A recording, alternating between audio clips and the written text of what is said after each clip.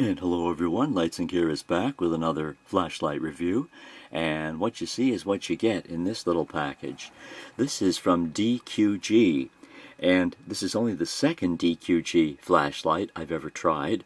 I guess they've been out for a little while.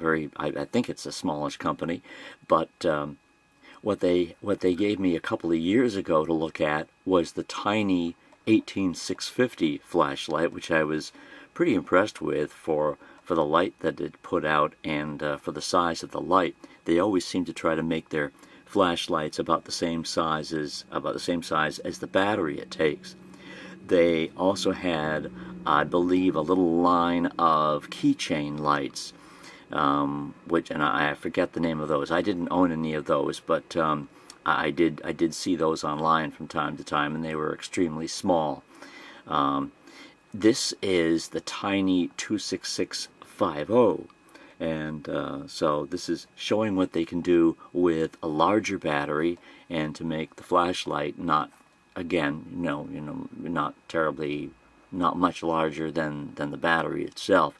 So with a 26650 battery, this is what they've come out with, and this is the box that it came in. It was furnished by GearBest, and it's not much, as you can see. The only other accessory shaking around in there is a couple of spare O-rings. But everything on the box here pretty much tells you what the light is. It does come in a couple of different tints. This is the neutral white, which I asked for, and it's also the black instead of the gray. And this is there's a cool white version available, and I'm not sure what the WW is, but there's also a different type of LED as well. But so you do get, I think, a couple of different choices that they may or may not have in stock. Right here are the instructions for the light, because there is no manual. They've just written them all out on the box here, and you can read about that in detail at my website at lightsandgear.com, but I'll go through as much of it here as I can. It does have an interesting UI, user interface. I mean, there are not a lot of features on it, but for what it is, they are low-cost lights, but of pretty good quality. What we have here on the top is what they call a PMMA-TIR lens. The LEDs, which looks like how a fly might see the world. These are XP-G2 LEDs, and there are quite a few of them, so they do a very nice job. Obviously, this light, with the amount of LEDs and the fact that they're, right here and not set into a reflector, this is not a throw light, it's a floodlight, but it does very well. The outputs on it are, well, they have low, medium, high, and turbo. Low is 8 lumens, medium 250, high is 800, and turbo 2500. That's what they've tested. So it would seem, perhaps, that given the brightness it puts out, and I don't think it would be too far off from that, even if it's not correct. You have some pretty aggressive knurling here, which is quite nice. The button is right here, the only button which operates the light, and I found that it is reasonably easy to find in the dark because it's right opposite where you would attach a lanyard to. They don't give you a lanyard, they just have the area here, but it's right opposite that. So if you're holding it and you have your finger right there, you can feel the button there with your thumb, and it is different. It has a different texture than the rest of the front of the light. So I found that it's not too difficult finding in the dark. Here's the bottom, which does at least tell you that that's the flashlight that you're actually getting. And removing the battery is as easy as taking off the cap. There are no springs in the cap. There's just a metal hub here, and that's the same inside the flashlight as well.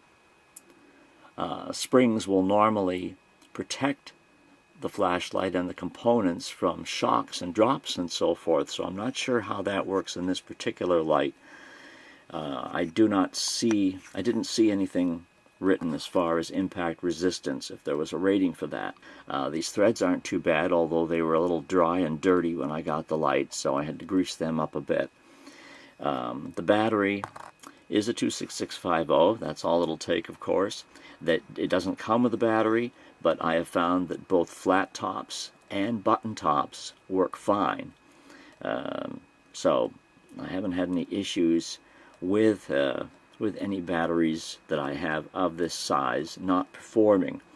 I did put one in which was a little bit low in voltage, and it was only a touch, since it was around just around 4 volts, and I found that that would not power the turbo mode at all. It came on in turbo and shut off immediately. So if you're going to use turbo mode, it's probably good to have a reasonably charged battery. So that's one thing to keep in mind. I'll go through the modes here. There is essentially, there's no mode memory, but you can get to any mode you want to get to with a different press of the button. What it does do is it defaults to medium. So whenever you turn it on, you'll immediately get medium mode. And getting medium mode is just as easy as pushing the button on and pushing it off. There's no holding of the button in that regard. You just push it on and push it off. And medium mode is 250 lumens, so that's pretty good. Not for well, you know, it's pretty good for what it is.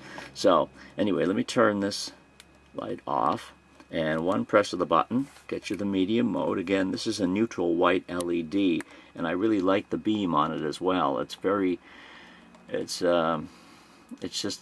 nice. It doesn't have any noticeable rings. It doesn't have any. It's just very smooth and very floody and very clean looking. And the tint obviously is nice. This is about 4500K as far as the color temperature goes.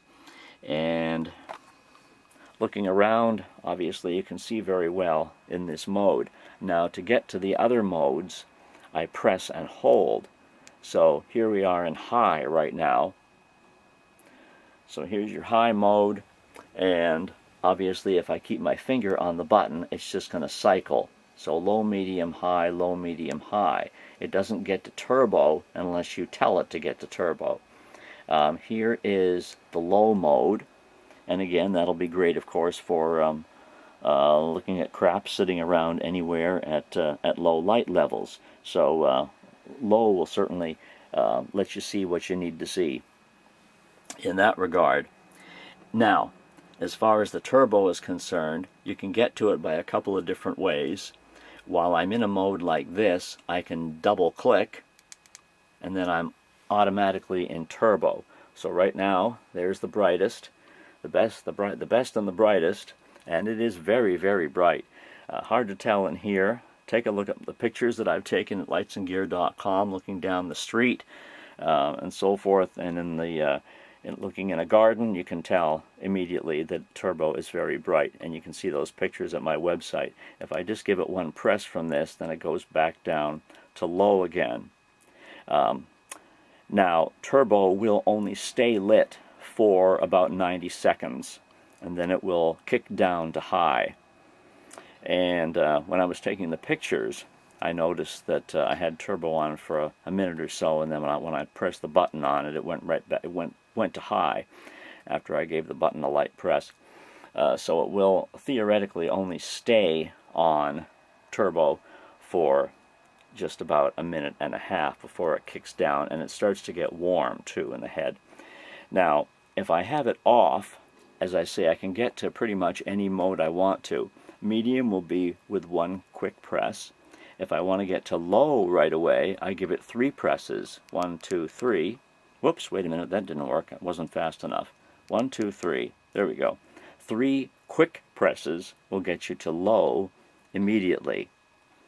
And I can also get to turbo from the off position as well. And I can get to high. If I want to go to high from the off position, I press it twice. So here we are in high mode from 2 presses. And then if I wanted to get to turbo, I press and hold from the off position. And now we're in turbo. So any mode can be achieved anywhere. So hence they don't have mode memory, but you can get to any mode you want to at any time. So I think that's pretty nice. That's pretty cool that they've done it that way. So from the off position you can get to turbo, you can get to high, and you can get to low, all from the off position, just depending on how many times you press the button. And of course medium is just one press. So I think that's pretty neat. And also when the light has been on and you turn it off, you get a glow. So here you get the illuminating reflective green after the light's been on. It stays bright green for a minute or so, then it starts to kick down. But if you leave this on your nightstand, for instance, and wake up in the middle of the night, you'll notice it still has a little bit of green to it. So it has a very light, faint green glow all the time. So again, that's just another little thing, another little perk, if you will. So you pretty much, in pitch darkness, you should always be able to see where the light is. So that's kind of nifty as well. See, it's getting lighter now. But anyway, I think this is a nice little light. There's not a lot of opportunity to carry it since they haven't given you any accessories for that. But you can certainly, if you have a lanyard, you can attach that in there. And might have been nice if they'd given a little belt holster. That would have been a cool way to carry it. But again, they're keeping costs down and making it as affordable as possible. So that's the flashlight. It was furnished by my friends at GearBest. There is a link below, so you can click that and take a look at it on their site. You know, they have periodic sales all the time, so you might get it at a really good price if you strike it at the right time. The link is also in my written review, so you can take a look at it there. Lights and Gear is the website with batteries and flashlights and chargers and so forth, where you can take a look at stuff. And hope you've enjoyed this video, and we will see you next time with more. I do thank you for watching, and again, hope you've enjoyed the DQG Tiny 26650. Alright, we'll see you next time. Take it easy.